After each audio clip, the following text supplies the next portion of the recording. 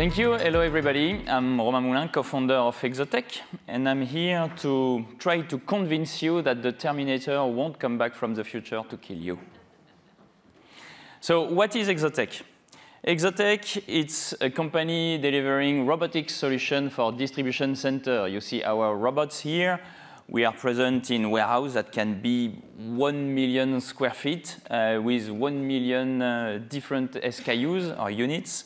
You see the stock. Our robots are moving and are bringing the goods to the operator. Okay? So what we deliver to our customer, that's mainly a speed of their operator, good working condition, and the ability to stock very densely in their warehouse. We can pick automatically. Of course, all of our systems are connected. And we sell, we deliver, we maintain their system to really provide this efficiency to our customers. So what I'm going to talk about is the reason why robotics is a huge trend going on. And it all starts by we get old. We get old because if you look to that figure, the ratio between the workers and the retiree will decrease. Two reasons for this to decrease. And you see it's around 5. It will go on between 2 and 3. Two reasons for this to decrease. The first one are the baby boomers. They are entering their retirement age, increasing that ratio. The second one is the decrease of the fertility rate, which is going down and quite strongly. So it was really stable for decades, but we enter a phase where it will decrease a lot. It's not only in the US. It happens everywhere. We see it because we sell our system in North America, in Europe, in Japan, South Korea, and we hear the same stories everywhere.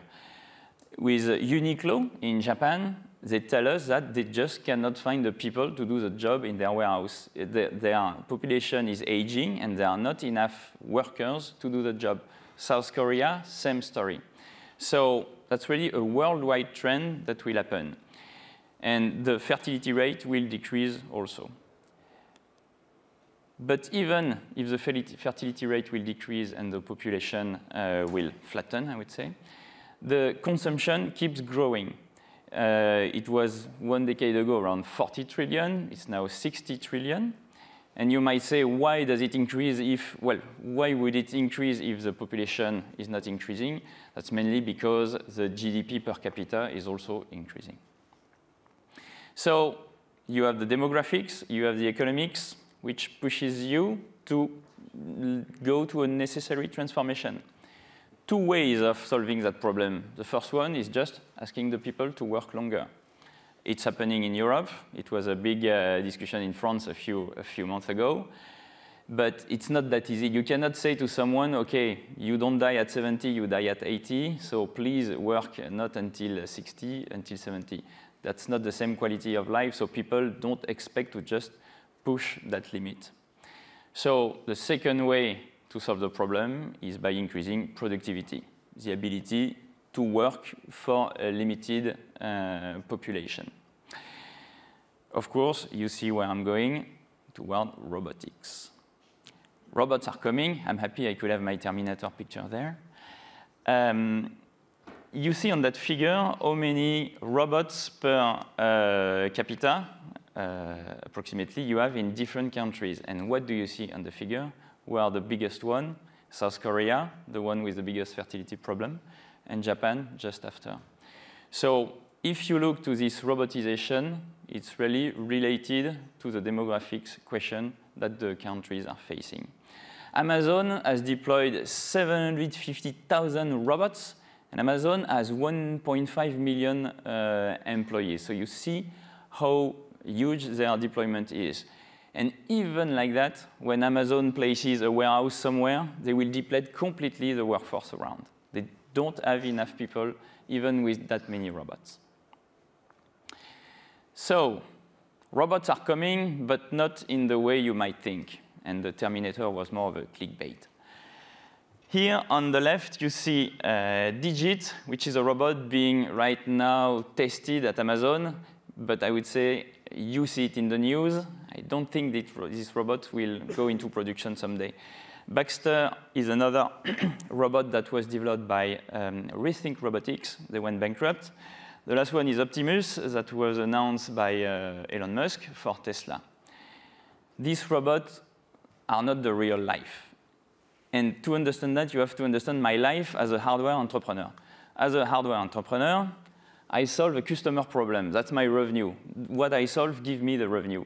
And I solve it with a physical solution. My physical solution, my robots, are the cost of goods sold. So my revenue minus the cost of goods sold is my gross profit. Okay? If I don't solve it well, I don't have enough gross profit. And if I solve it in a bad way, someone else will find a smarter way, a simpler way to solve it with a simpler robot, and will just take the market. That is not the same at all as software.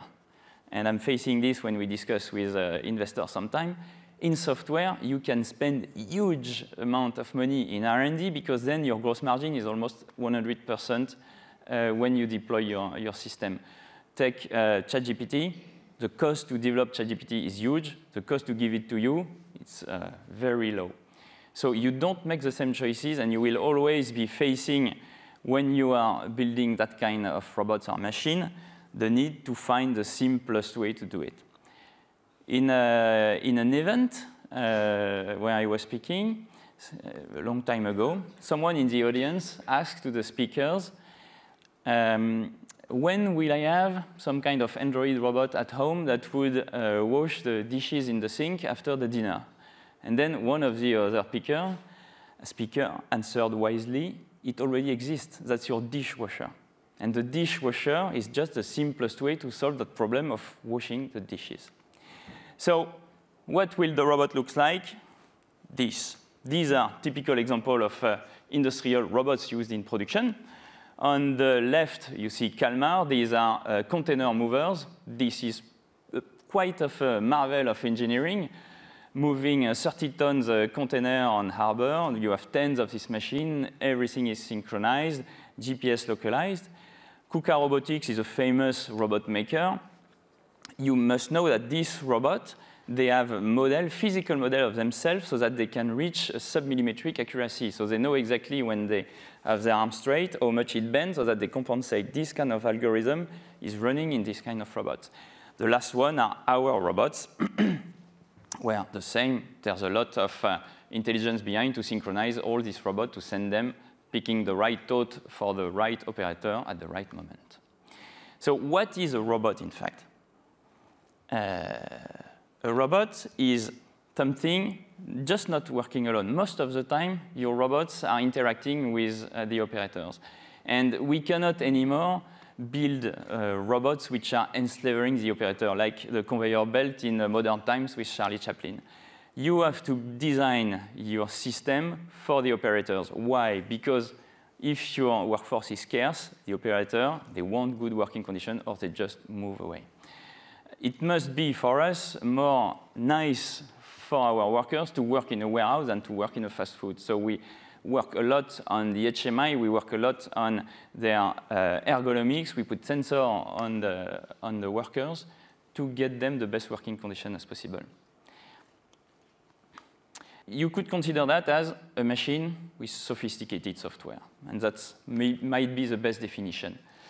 A long time ago, machines were purely mechanical. And when I was a kid, my dad took me to a glass-blowing factory. And you have the melted glass coming from the ceiling in this machine, plenty of movement happening, and everything is synchronized with a rotating drum that make all motions happen at the right moment. Then we had the PLCs, which are the way to do simple machine, sequential machine. But since 30 years, software became much more advanced, especially with the internet. And you can do much more advanced algorithm and computation. So in Exotec, the people designing these robots, in fact, they are 70% software people and 30% hardware people. So I said that you should do the simplest hardware as possible to solve your problem, but then you can multiply the impact of the hardware by the software. And on our case, if you send the right robot at the right moment, doing the right stuff and make the right decision, you multiply by 2 or by 3 the throughput you can get on your hardware. So software is really the key to multiply the impact of the hardware.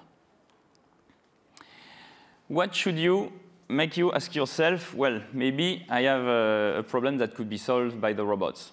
Most of what I've already told. Constrained labor, in your operation, you will see it by the wages which are increasing and by your difficulty to find people. And you just cannot execute everything you have to do because you don't find the people. The ergonomics, the difficult task, if they are too difficult, will trigger on your operation a high turnover of the team. It can be very high in our operations. And you can see it in the rate of sick leave. If we take the different vertical we are working on, the rate of sick leave is directly proportional to the weight of the things that people are manipulating.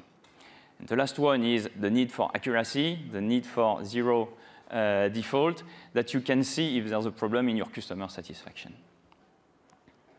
So in warehousing, of course, has a huge need for robotics, but in fact, it's extremely manual. But everything that I was telling you happens in warehousing. Not finding the people, I told it.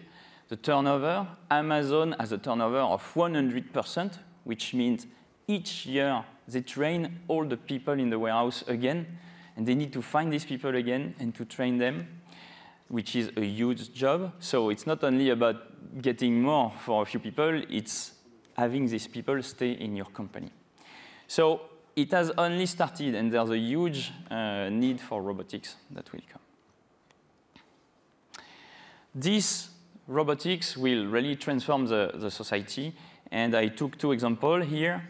On the bottom, you have the creation of the print press by Gutenberg, how it changed the price of the books. The price of the books were divided by 5 to 10, which is completely transforming your society because then everybody accesses knowledge. And it was a huge transformation. Something happened sooner.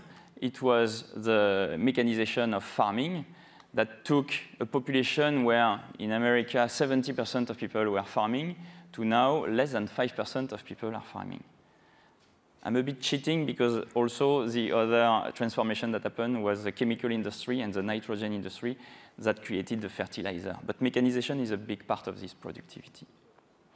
So what do I want you to keep in mind and to take away from that? The robots are here to stay. You saw this is driven by demographic consideration and financial consideration.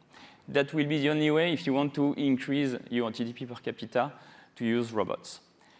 Robots, unfortunately, is just a machine with software. Robots are just as smart as they are. And I took this last example of Universal Robotics and Rethink Robotics. I told you, Rethink Robotics, on the bottom, they went bankrupt. They had 14 axes of their robot.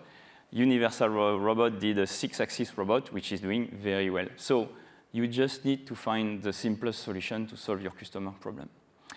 So the conclusion is, unfortunately, the sci-fi movies are very nice because I love them, but that won't be what it looks like. And there will be no Terminator, which is coming back from time to just kill you. Maybe a dishwasher.